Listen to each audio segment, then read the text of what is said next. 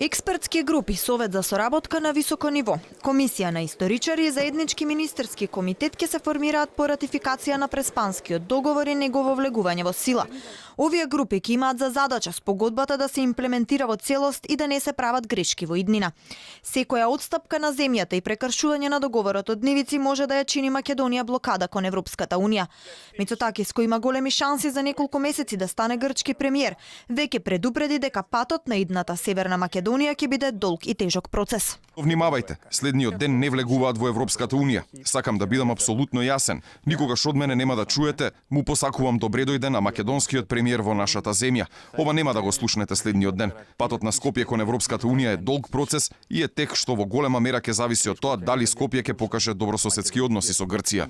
Скопје и Атина допрва оваа година ќе мора да наоѓаат заеднички решенија за имињата за комерцијална употреба, трговските марки и заштитните знаци на производите.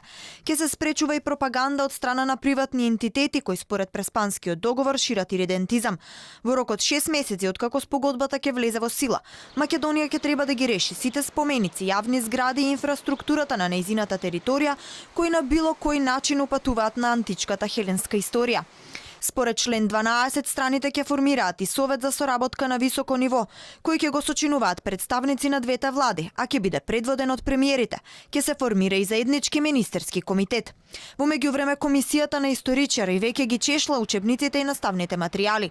На последниот состанок во Солун наводно грците побарале уште од наредната година од учебниците по историја да бидат тргнати сите иридентистички елементи, како и погрешни мапи кои имале територијални претензии.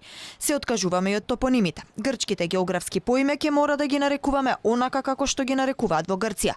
Па така Солун во иднина за граѓаните на Северна Македонија ќе биде Тесалоники.